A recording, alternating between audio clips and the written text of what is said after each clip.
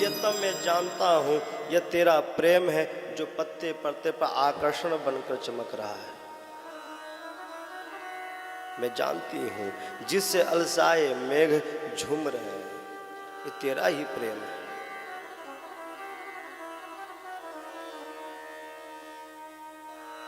ये सब है मन हरण प्रभु, मन को हरण करने वाले।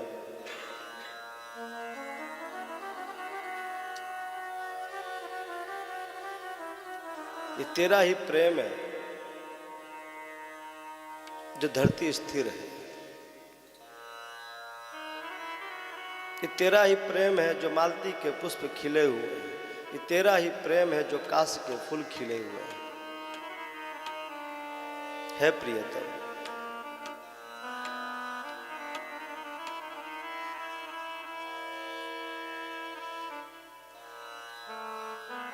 सुखदेव जी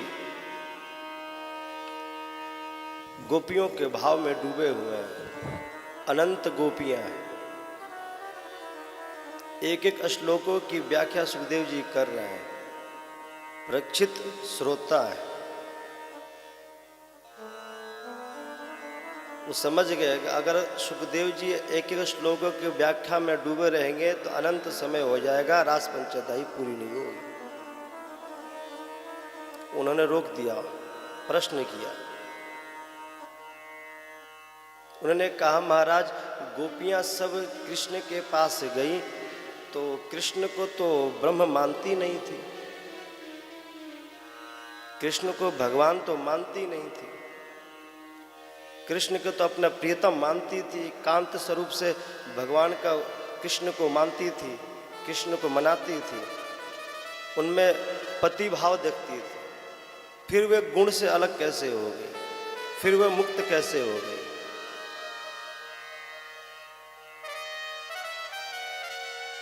सुखदेव जी ठहरे गए।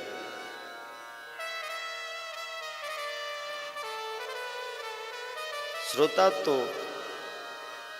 बहुत कम मिलते हैं, श्रोता 50 हो सकते हैं, श्रोता बहुत कम होते हैं।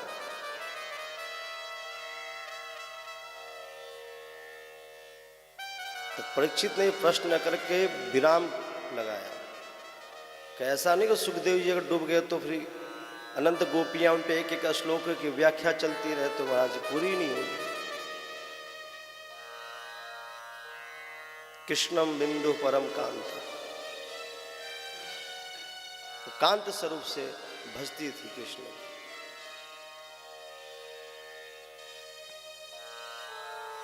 सुखदेव जी को थोड़ा क्रोध भी आया, लेकिन परीक्षित के प्रश्नों को सुनकर,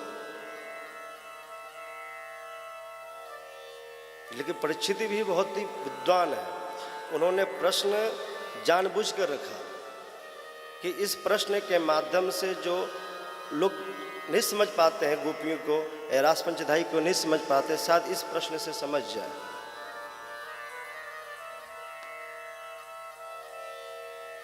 सुखदेव जी कह रहे हैं कि परीक्षित तुम गोपियों की बात करते हो, तुमको मैंने सप्तम स्कंद में पहले ही बताया था कि जो शिशुपाल है वो द्वेष भाव से ही कृष्ण को प्राप्त कर लिया। राष्ट्रीय यज्ञ में अग्रणी पूजा के समय उस वक्त ही हो रहा था कि किसकी पूजा पहले की जाए, तो सभी ने, पांडवों ने और भीष्म पितामह ने कृष्ण को नियुक्त किया कि पहली पूजा इनकी की जाए। शिशुपाल को पचा नहीं, तो द्वेष से भरा हुआ था, असुर बचपन से ही भरा हुआ था।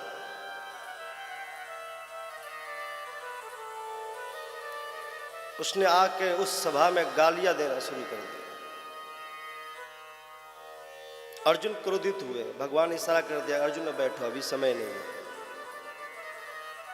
भीम क्रोधित हुए, उनको भी बैठाया। आखिर में भीष्म पितामह तन्मय तिलमला गए, भीष्म पितामह के अंदर क्रोध आ गया, लेकिन उनको भी धैर्य धारण कराया। शिशुपाल तो पहले ही मर चुका है, जिसने अपने क्रोध पे काबू नहीं किया वो पहले ही मर चुका है। कृष्ण शांत बैठे हुए हैं, जिसने क्रोध को जीत लिया उसने सब कुछ जीत लिया। कृष्ण तो देख रहे हैं इसकी तो मृत्यु हो चुकी है, ये क्रोध का दास हो गया है। जब जीव इंद्रियों का दास हो जाता है तो जीव भटकना शुरू हो जाता है जीवों का। कि इंद्रिया तो अपना ही काम करती है। आंखें कहती है कि अच्छा रूप देख लें, कान कहता है कि अच्छा शब्द सुन लें, जिह्वा कहती है कि अच्छा कुछ चख लें, हाथ कहते हैं कुछ अच्छा स्पर्श कर लें। लेकिन जो इंद्रियों के गुलाम हो गए हैं, इंद्रिया क्या है? इंद्रिया घोड़े हैं।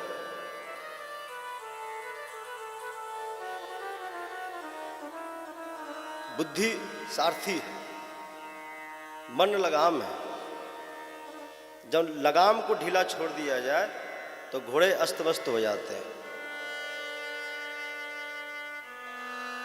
देखना इंद्रियों के न घोड़े भगे, इनमें हरदम ये संयम की कोड़े लगे। अपने रथ को सुमार्ग लगाते चलो। कृष्ण गोविंद गोपाल गाते चलो। इंद्रियों पे तो कोड़े ही बरसने चाहिए। तो शिशुपाल क्रोध का दास हो गया है, क्रोध का गुलामी हो गया है। कृष्ण मुस्कुरा रहे हैं, 100 गाली पूर्ण हुआ। कृष्ण का चक्र आया, उसके गर्दन धड़ से अलग कर दी। सब कह दिए शिशुपाल मर गया मर गया। वहां पे संत लोग बैठे थे, अरे कौन कहता मर गया, शिशुपाल तो तर गया। जब द्वेषी व्यक्ति को भगवान मिल सकते हैं, रावण जैसे क्रोधी व्यक्ति को भगवान मिल सकते हैं, भय रूप कंस को भगवान मिल सकते हैं, कामम क्रोधम भयम स्नेह। तो ये तो गोपियां हैं, कांत भाव से भगवान को स्मरण करती है, क्या इनको भगवान प्राप्त नहीं होंगे? परीक्षित, ये प्रश्न तुम्हारे बुद्धि में आया कैसे? तुम कैसे सोच लिए? अरे कैसे भी दशा में हो, चाहे किसी परिस्थिति में हो, चाहे काम से, चाहे क्रोध से, द्वेष से, स्नेह से, किसी भी तरीका से भगवान के भजन करो, भगवान आपको तारेंगे ही।